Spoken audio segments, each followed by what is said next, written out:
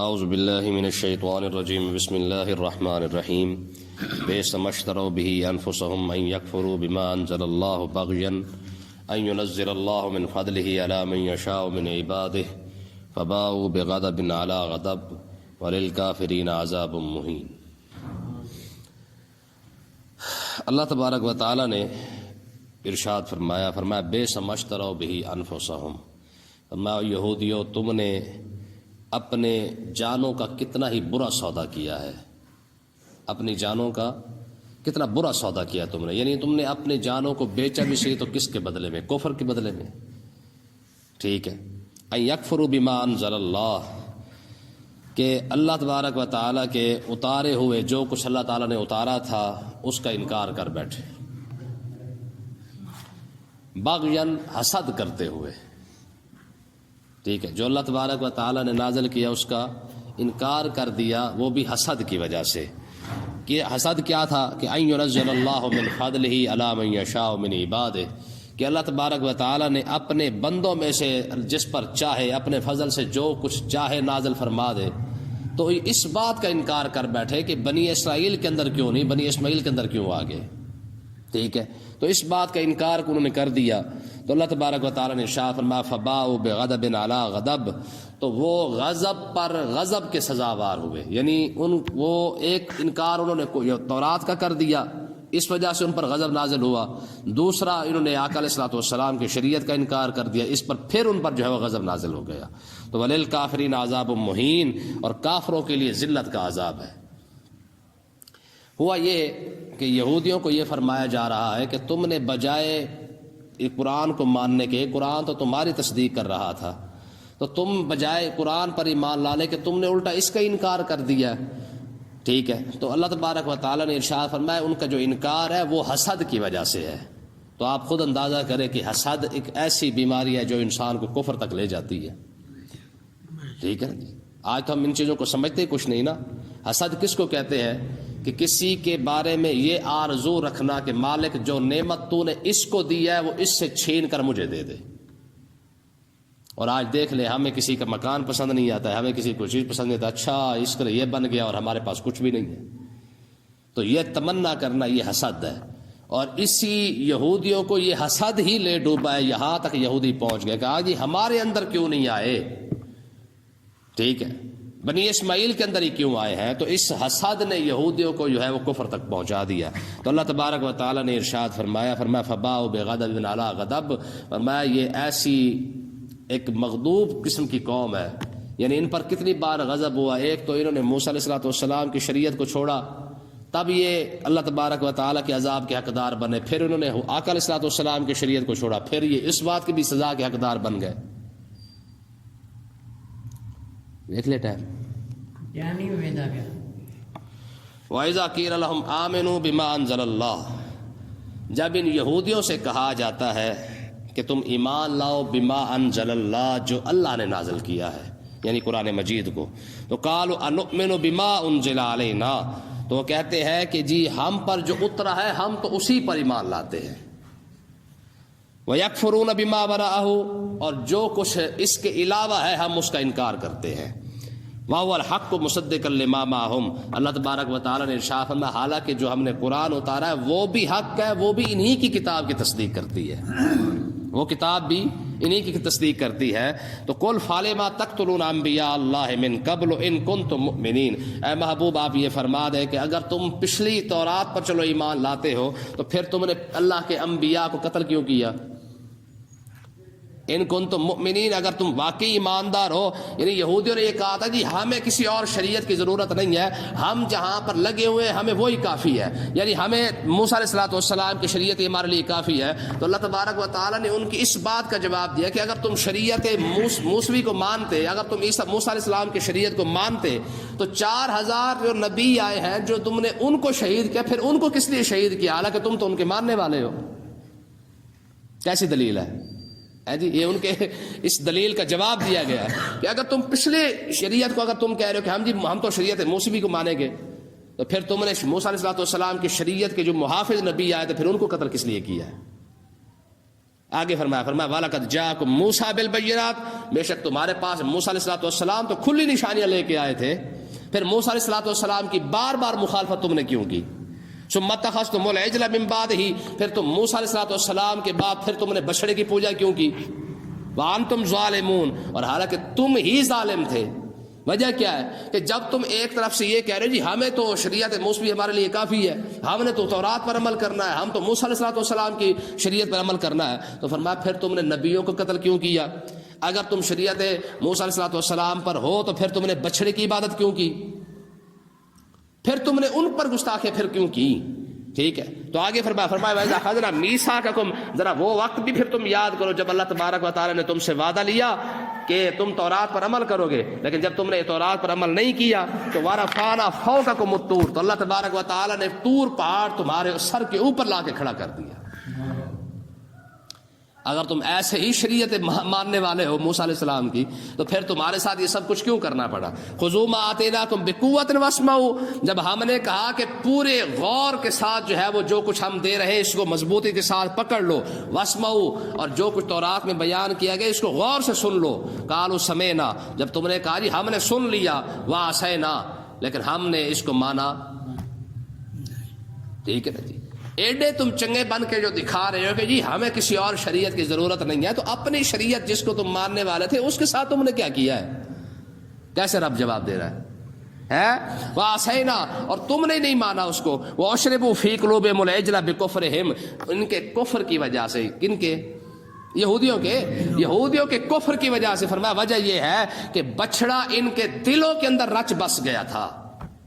بچڑا یعنی جس بچڑے کی یہ پوجا کرتے تھے، عبادت کرتے تھے، میں اس بچڑے کی محبت ان کے دل کے اندر آ چکی تھی۔ نتیجہ کیا نکلا کہ جب تم نے اس بچڑے کو اپنے دل میں بٹھا لیا تو تم ساری تورات بھی چھوڑ گیا، تم نے موسیٰ علیہ السلام کو بھی چھوڑ دیا، تم نے جناب 4000 نبیوں کو بھی تم نے چھوڑ دیا صرف ایک بچڑے کی خاطر۔ یہ کتنی بڑی نصیحت ہے مسلمانوں کو کہ انہوں نے ایک بچڑے کی خاطر، ایک بچڑے کے پیچھے لگ کے جب ان کے بچڑے کی محبت انہوں نے دل میں بٹھائی تو کیا نتیجہ نکلا کہ اس نے اپنے نبیوں کو بھی چھوڑا، اپنی تورات کو چھوڑ دیا، اپنے احکامات کو چھوڑ دیا، ساری شریعت انہوں نے پیچھے ڈال دی۔ ٹھیک ہے، ایک بچڑے کی محبت دل میں آ گئی۔ یار اگر بچڑے کی محبت دل میں آئے تو بندہ یہاں تک پہنچ جاتا، تو جو لیڈر کی محبت کے اندر سارا کچھ کر رہے ہیں، وہ جو کسی اور کی خاطر سارا کچھ کر رہے ہیں، ان کا کیا بنے گا؟ تو آپ دیکھ لیں، یہی وجہ ہے کہ اسلام منع کرتا ہے، کہتا ہے سب سے اگر انے واہ جو محبت کرنی ہے نا وہ صرف اور صرف اسلام ہی ہے، اس کے علاوہ کسی اور کے ساتھ ایسی محبت نہیں ہو سکتی ہے۔ آج لوگ یاری کی خاطر، دوستوں کی خاطر شریعت کو پیچھے چھوڑ دیتے ہیں، ماں باپ کی مجبوری، رشتہ داروں کی، بہن بھائیوں کی مجبوری دیکھ کے لوگ شریعت کو پیچھے رکھ لیتے ہیں، دنیا کی مجبوری کو سامنے رکھ لیتے ہیں۔ واحد ایک جماعت ہے صحابہ کرام کی جنہوں نے ہر مجبوری کو شریعت کے پیچھے لگا کے رکھا ہے، کوئی بھی ایسی مجبوری تھی ہی نہیں صحابہ کرام کی جو جناب اعلیٰ شریعت کے آڑے آ سکے۔ ماں باپ آئے، ماں باپ کو چھوڑ دیا، بہن بھائی آئے، بہن بھائیوں کو چھوڑ دیا، جائیداد کا مسئلہ ہے، جائیداد ساری چھوڑ دی، خاندان کا مسئلہ ہے، خاندان چھوڑ دیا، یار ساری بات چھوڑے، گھر کا مسئلہ آیا، گھر چھوڑ دیا، شہر کا مسئلہ ہے، شہر بھی چھوڑ دیا، نہیں چھوڑا۔ ٹھیک ہے، اب اس طرح ایمان کہاں سے لائے؟ ایسے نہیں اللہ تعالیٰ فرماتا، فرمایا وَإِذَا قِيلَ الْمُؤْمِنُونَ كَمَا آمَنَ النَّاسُ، اگر ایمان لانا تو پھر ایسا ایمان لاؤ جیسے میرے نبی کے صحابہ لائے ہیں۔ کیوں؟ کیونکہ ہر مجبوری کو انہوں نے پیچھے رکھا ہے۔ سعد بن معاذ رضی اللہ تعالیٰ عنہ نے کہ ماں نے جناب اللہ بائیکاٹ کر دیا، کہا جی میں نے جب تک تم کلمہ نہیں چھوڑو گے تب تک جو ہے وہ میں کھانا پینا نہیں کھاؤں گی، کچھ بھی نہیں کھاؤں گی پیوں گی، ایسی بھوکی مر جاؤں گی۔ آپ نے بڑے ترلے کیے، منتیں کی، ماں کی منتیں کی، اماں نہیں مانی۔ جب دیکھا نا کہ اماں نہیں مان رہی تو کیا خیال ہے؟ آ کے سارا کو کہہ دے ٹھیک ہے میں کلمہ چھوڑ رہا ہوں، نہیں، آ کے کہا اماں اگر تو کھانا پینا شروع نہیں کرتی نا تو نے مرنا ہے، کہا جی مرنا ہے، کہا پھر تو 1000 مرتبہ بھی مر جانا پھر بھی میں کلمہ نہیں چھوڑوں گا۔ سمجھ آئی کہ نہیں آئی ہے؟ آج ہماری کتنی مجبوریاں ہیں، اور جی بات تو ٹھیک ہے پر کیا کریں جی، پھر لوگوں کو بھی ساتھ چلانا پڑتا ہے جی، یہ ہمارے لوگ بہانہ بناتے کریں جی، پھر لوگوں کو بھی تو ساتھ لے کے چلنا ہے نا جی۔ اللہ اکبر، آگے دیکھیں جناب، اب ایک بڑی کمال کی باتیں آ رہی ہے، فرمایا قُلْ إِنْ كَانَتْ لَكُمُ الدَّارُ الْآخِرَةُ، فرمایا یہ جو آخرت کا گھر اگر تمہارے لیے ہے نا، اے محبوب آپ ان کو فرما دیں، کن کو؟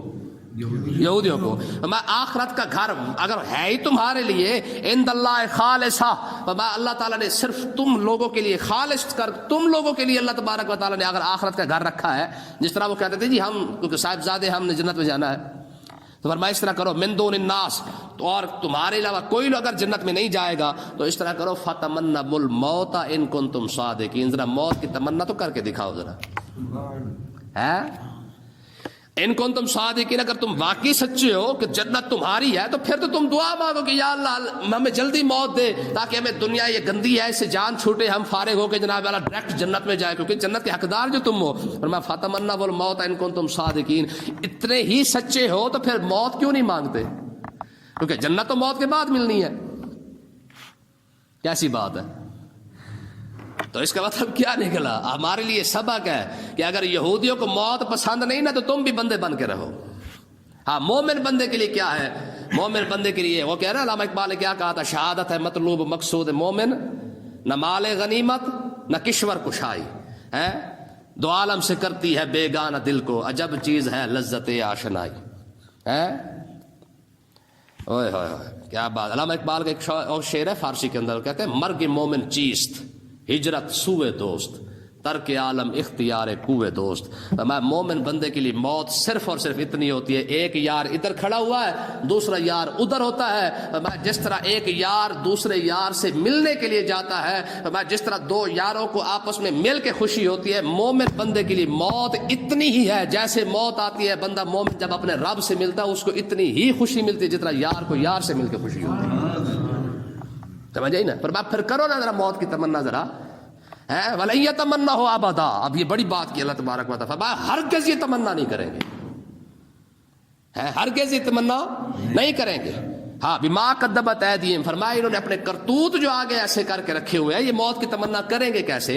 واللہ علیم بالظالمین، اللہ تعالیٰ ظالموں کو خوب جانتا ہے، ظالموں کو خوب جانتا ہے۔ یہ آخری آیت دیکھیں جی، وَلَا تَجِدَنَّ أَحْرَصَ النَّاسِ عَلَىٰ حَیَاءٍ، یار یہ کمال کی بات ہے یہ، فرمایا کہ تم ان لوگوں کو پاؤ گے کیسے، یہودیوں کو کیسے پاؤ گے؟ احرص الناس علی حیا، یہ لوگوں میں سب سے زیادہ جینے کی حرص کرنے والے ہوں گے۔ کسی بندے کے اندر جینے کی اتنی تمنا نہیں ہوگی جتنا یہودیوں کے اندر ہوگی۔ یہ کون کہہ رہا ہے؟ آگے دیکھیں وَمِنَ الَّذِينَ أَشْرَكُوا، اور وہ جو لوگ جو مشرک ہے، وَمَا يَوَدُّ أَحَدُهُمْ لَا يُعَمَّرُ أَلْفَ سَنَةٍ، وَمَا ان میں سے ہر ایک کی تمنا کیا ہے؟ لَا يُعَمَّرُ أَلْفَ سَنَةٍ، کاش کہ ان کو 1000 سال مل جائے جینے کے لیے۔ یہ کافروں کی تمنا دیکھے گا۔ اور آگے اللہ تعالیٰ کا فرمان بھی دیکھے، فرمایا وَمَا هُوَ بِمُزَحْزِحٍ مِنَ الْعَذَابِ أَن يُعَمَّرَ، فرمایا کہ اگر ان کو 1000 سال مل بھی جائے تو پھر بھی عذاب ان سے دور نہیں ہوگا۔ واللہ بصیر بما یعملون، جو کچھ یہ کرتے ہیں وہ اللہ تبارک و تعالیٰ دیکھ رہا ہے۔ اب ذرا اس مسئلے کو غور سے ذرا دیکھیں ذرا، یہاں مومن بندے کو ایک آسان سا نسخہ بتایا جا رہا ہے کہ اگر تم یہ چاہتے ہو کہ جناب والا کہ تمہاری جو زندگی ہے وہ اگر کوئی مشکلات کے اندر بھی ہے تو تم اگر رب سے ملاقات کرنا چاہتے ہو تو سمجھ لو کہ پھر تمہاری جو زندگی مشکلات کے اندر بھی ہوئی تو پھر بھی تمہارے لیے آسان ہو جائے گی۔ آقا علیہ الصلوۃ والسلام تشریف فرما تھے، حضور علیہ الصلوۃ والسلام نے دیکھا کہ ایک شخص آیا مسجد نبی کے اندر، آ کے قریب ہو کے بیٹھ گیا حضور کے، دوسرا آیا وہ جوتوں کے اندر بیٹھ گیا، تیسرا آ رہا تھا وہ واپس چلا گیا۔ میرے نبی نے فرمایا تمہیں میں ان کا حال بتاؤں، رب نے ان کے ساتھ کیا کیا ہے؟ ٹھیک ہے، عرض کی یا رسول اللہ کیا کیا؟ فرمایا جو رب کے قریب آنا چاہتا تھا رب نے اسے جگہ عطا فرما دی ہے۔ فرمایا جو تھوڑا سا دور ہو کے بیٹھا ہے اللہ تبارک و تعالیٰ نے اس کے ساتھ بھی ویسا ہی سلوک فرمایا ہے۔ فرمایا وہ جو تیسرا واپس چلا گیا ہے، فرمایا اس نے رب سے منہ موڑا ہے، رب نے بھی اس سے منہ موڑ لیا ہے۔ یہ حدیث پاک ہے۔ فرمایا کہ جو بندہ رب سے ملاقات کرنا چاہتا ہے کہ پروردگار تیری میری ملاقات ہو جائے، فرمایا رب بھی اس سے ملاقات کرنا چاہتا ہے، ٹھیک ہے، اور ملاقات کا ایک ہی طریقہ ہے، کیا؟ موت۔ اس کے علاوہ دوسرا کوئی حل؟ حضرت ابراہیم علیہ السلام کے بعد جناب جبریل آئے نا، انہوں نے کیا کہا تھا؟ اور جناب اسرائیل علیہ السلام نے انہوں نے آ کے کہا تو انہوں نے کہا حضور ٹائم ہو گیا چلیے، تو آپ نے فرمایا حل رأیتا خلیلا یکرہ لقاء خلیلہ، فرمایا کبھی یار بھی یار کو مارتا ہے؟ یہ کیسی یاری ہے؟ پہلے خلیل بنا لیا، بعد میں موت کے پیغام بھیج دیے، یار بھی یار کو مارتا ہے۔ حال رائے تھا خلیلا یکرہ لقاء خلیلہ، میں جبریل اسرائیل جا کے رب کی بارگاہ میں عرض کر، تیرا خلیل کہہ رہا ہے کہ یہ کیسی یاری ہے؟ پہلے خلیل بنایا، یار بنا لیا، بعد میں موت کا پیغام بھیج دیا، یاری تو نہ ہوئی نا؟ اب ذرا جواب دیکھیں، اللہ تبارک و تعالیٰ نے فرمایا اسرائیل جا کے میرے خلیل کو فرما یہ بتا کہ تمہارا رب کہہ رہا ہے حل رأیت محبا یکرہ لقاء حبیبہ، فرمایا تم نے ایسا بھی کبھی یار دیکھا ہے ایک یار ملنے کے لیے بلایا دوسرا یار ملنے ہی نہ آئے؟ ہم نے تو تجھے صرف ملنے کے لیے بلایا ہے، الموت جسر یوصل الحبیب الی الحبیب، موت صرف ایک پل ہے، ایک حبیب ادھر ہے ایک حبیب ادھر ہے، یوصل الحبیب الی الحبیب، فرمایا کہ جس طرح پل ایک کو دوسرے کے ساتھ ملاتی ہے، فرمایا موت بھی ہم نے اپنے محبوب کے لیے پل بنا رکھا ہے، ایک پل کراس کرے ایک محبوب دوسرے محبوب سے مل جاتا ہے۔ ہم نے تو صرف اور صرف ایک موت کا بہانہ بنا کے رکھا ہے، وگرنہ حقیقت یہ ہے کہ موت تیرا میرا ملنے کا بہانہ ہے۔ حضرت سیدنا بلال رضی اللہ تعالیٰ عنہ کا آخری وقت آیا نا، تو آپ کی جو گھر والی زوجہ محترمہ بیٹھی تھی ان کے منہ سے نکل گیا واہ مصیبتہ، یعنی ظاہر ہے افسوس کہ آج آپ کا اپنا رخصت ہونے کا ٹائم آ گیا ہے۔ تو حضرت بلال عالم نزاع میں تھے، اسی وقت آنکھ کھولی اور آپ نے فرمایا واہ فرحتا، فرمایا آج تو خوشی کا دن ہے، آج تو خوشی کا دن ہے۔ کہا حضور کیسے آج خوشی کا دن ہے؟ آپ کا وصال ہونے لگا، فرمایا آج تو میری اپنے مصطفیٰ کریم سے ملاقات ہونی ہے۔ مزہ ہی کہ نہیں آئی ہے؟ اس لیے نا ہم دنیا کے اندر کتنا دل لگایا ہوا ہے کہ یار خدا کی قسم کبھی ہم کسی کی خاطر روتے ہیں، کبھی کسی کی خاطر، کبھی کسی کی خاطر روتے ہیں، کبھی رب کی خاطر بھی بندے کبھی رو کے دیکھا ہے، کبھی اس کے ساتھ یاری لگا کے دیکھی ہے۔ ٹھیک، ہم کیوں نہیں اس کے ساتھ یاری لگاتے، ہم کیوں نہیں اس کے ساتھ محبت کرتے، کبھی کیوں نہیں ہم اکیلے بیٹھ کے اس کے ساتھ حال حوال کرتے؟ یقین کریں ہم بندہ ڈھونڈتے ہیں یار ہمیں حال حوال کے نہ کوئی بندہ مل جائے جس کے ساتھ ہم اپنے دکھڑا سنائے، وہ ہمارا سنے اور ہم سنا کے ایک دوسرے کو جناب گل لگا کے روئیں، ہیں جی؟ کوئی ایسا اہل دل ہو کہ فسانہ ہے محبت، میں اسے سنا کے رو وہ مجھے سنا کے روئے، ہے جی؟ ہوتا ہے نا، بندہ ڈھونڈ رہا ہوتا ہے یار کوئی مل جائے جس کے ساتھ پیار محبت کی باتیں کریں۔ کبھی ہم نے رب کے ساتھ بھی حال حوال کر کے دیکھا ہے؟ کبھی اس کو دکھڑا سنا کے دیکھا ہے؟ کبھی نہیں سناتے۔ کیسا یار بجھی عشق کی آگ، علامہ نے کہا تھا بجھی عشق کی آگ اندھیر ہے، مسلمان نہیں خاک کا ڈھیر ہے۔ میں مسلمان کے دل کے اندر محبت ختم ہو گئی ہے نا، کبھی تنہائی میں بیٹھ کے نہ نفل پڑھ نہ سجدے کر کچھ بھی نہ کر، یار اکیلے بیٹھ کے کبھی رب کے ساتھ بھی بندہ حال حوال کر کے دیکھے نا، کیوں نہیں کرتا؟ اس کے ساتھ دل کیوں نہیں لگاتا؟ ٹھیک ہے، قرآن مجید کی آیت ہے والذین آمنوا اشد حبا للہ، میں کچھ ایسے لوگ بھی ہیں جو مجھ سے ٹوٹ کر پیار کرتے ہیں۔ آج قوم کیوں نہیں کرتی ہے؟ یار نہ ہو سکے عبادت نہیں کر سکتے نا، عبادت کا اور محبت کا تو آپس میں بڑا عجیب عجیب تعلق ہے۔ تم صرف خالی رب کے ساتھ حال حوال تو کر کے دیکھو یار، اسے دکھڑا سنا کے دیکھو، بندہ عبادت کے اندر بندے کا خود دل لگ جاتا ہے۔ علماء فرماتے ہیں کہ ایک ہی نسخہ ہے، تم رب کے ساتھ محبت کرنا شروع کر دو، رب عبادت کی طرف تمہارا خود بخود دل لگا دے گا۔ اور محبت ایک ہی طریقے سے ہوتی ہے، یا اس کو دیکھا جائے یا اس کو سنا جائے یا اس کی باتیں کی جائے یا اس کے بارے میں سوچا جائے۔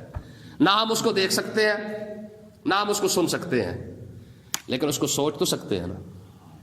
یہ تو ہمارا عقیدہ ہے نا کہ ہماری پل پل کی اسے خبر ہے، وہ دیکھ رہا ہے۔ جب یہ عقیدہ ہے تو پھر اس کے ساتھ حال حوال گپ شپ لگا کے دیکھ۔ خدا کی قسم آقا علیہ الصلوۃ والسلام نے ارشاد فرمایا تمہارے دل کے اندر نا ایک مفتی بیٹھا ہوا ہے، جب تم رب کے ساتھ گپ شپ لگاؤ حال حوال کرو تمہیں فوراً اس کا جواب دیا جاتا ہے۔ یہ حدیث پاک ہے، فرمایا میرا بندہ تنہائی میں بیٹھ کے مجھے یاد کرے، میں فرشتوں کو چھوڑ کے اکیلا تنہا اس کو یاد کرتا ہوں۔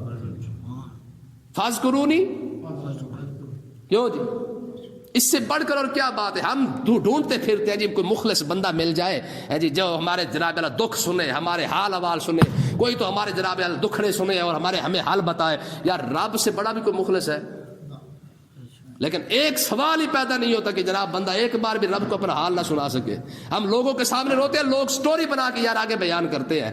واحد ایک رب بھی ہے جو تمہارے دکھ کو، تمہارے رونے کو پسند کرتا ہے، اور کتنا پسند کرتا ہے؟ ایک آنسو بھی گر جائے نا رب اس کا مول کتنا لگاتا ہے۔ فرمایا یا ملائکۃ قد استحییت من عبدی، فرمایا میرے فرشتوں میرے ذرا بندے کو دیکھو نا، میری وجہ سے اس کی آنکھوں میں آنسو آ گئے۔